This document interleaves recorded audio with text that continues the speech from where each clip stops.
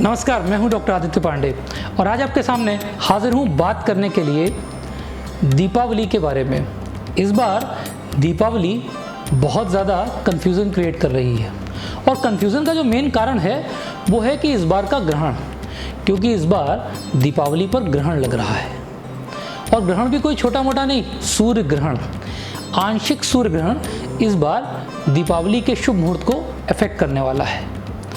दीपावली इस बार इसीलिए 24 अक्टूबर को मनाई जाएगी। 25 अक्टूबर को आंशिक सूर्य ग्रहण 4:28 से शाम को 5:42 तक रहेगा, मगर इसका जो सूतक है वो रात में 3:17 से ही शुरू हो जाएगा और पूरे दिन चलेगा शाम को 5:42 तक। ऐसे में 25 अक्टूबर जबकि दिवाली मनाई जानी थी, उस दिन पूरी तरह से ग्रहण का साया रहेगा और ग्रहण के दौरान कोई भी पूजन करना वर्जित किया जाता है। विशेष रूप से जो देवालयों में पूजन होता है या मंदिरों में पूजन होता है वो पूरी तरह से वर्जित किया गया है। प्रेग्नेंट लेडीज़ और बुज़ुर्गों के लिए और बच्चों के लिए तो बहुत ज़्यादा नियम और कायदे भी बताए गए हैं। दीपावली के बारे में बात करें तो कार्तिक मास में जो कृष्ण पक्ष की अमावस्या पड़ती है उस पे हम दीपावली मनाते हैं।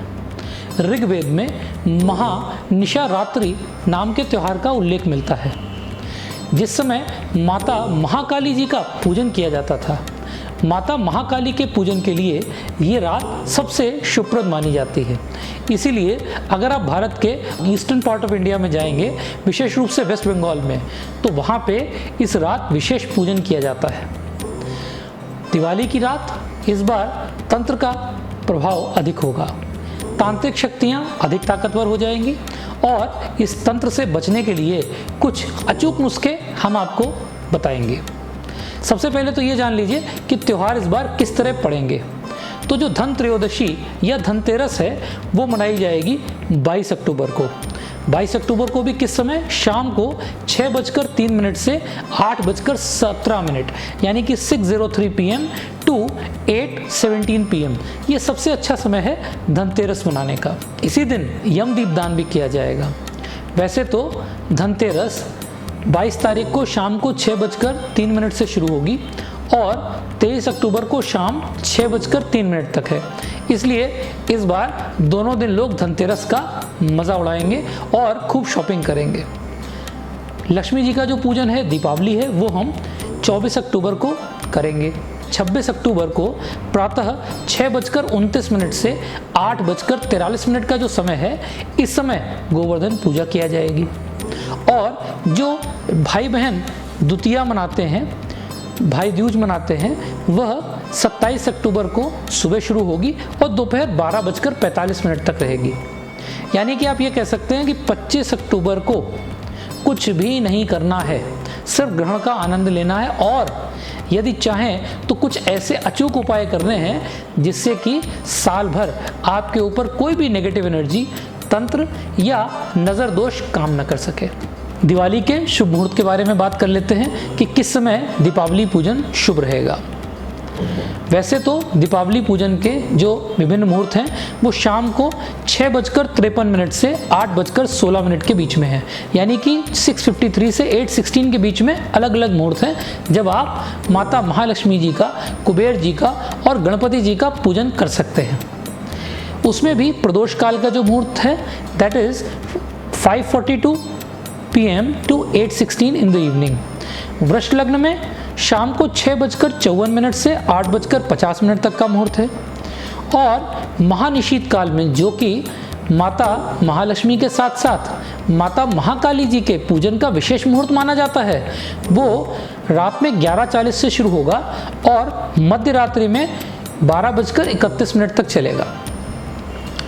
इसके बाद रात में 3:17 से चूंकि ग्रहण का सूतक लग जाएगा, तो सभी मांगलिक कार्य और शुभ कार्य कुछ समय के लिए स्थगित कर दिए जाएंगे।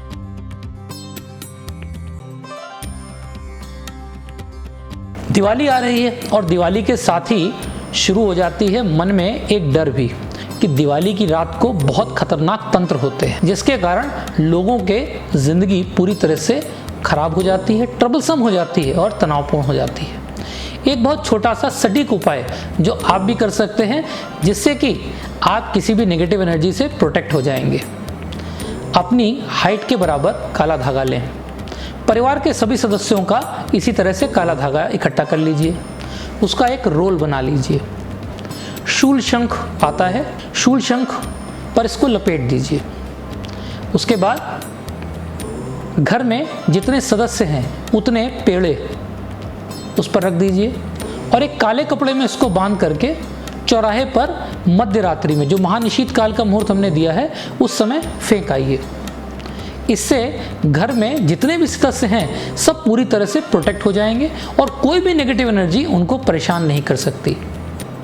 एक और सरल उपाय है, एक सिकोरा ले लीजिए या मिट्टी का पात्र ले लीजिए, उसमें गुग्गुल, लोबान, कपूर, घी, हवन सामग्री और सभी घर के सदस्यों के हाथ से एक एक चुटकी काले तिल उसमें डाल दीजिए।